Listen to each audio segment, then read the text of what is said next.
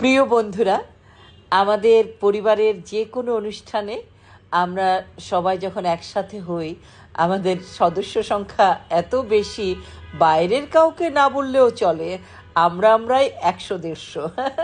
আমার শ্বশুর শাশুড়ির একবারে ভরা সংসার। যদিও তারা এখন আর আমাদের মাঝে নেই, তারপরেও তাদের ছেলে মেয়ে নাতি নাতনি সবাই মিলে একেবারে জমজমাট পরিবার।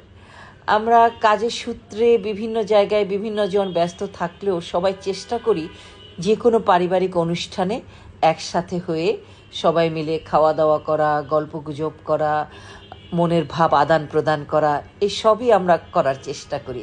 এই যে আমার আমার আগে খেতে বসে গেছেন, তাই আমার কাছে কৈফিয়ত দিচ্ছেন।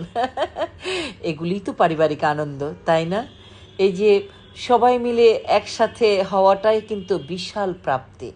আমাদের পরিবারের যে কোনো অনুষ্ঠানে বাবুর্চি রান্না করলেও পরিবারের সদস্যরা আমরা নিজেরাই পরিবেশন করি, এতে আন্তরিকতা বাড়ে।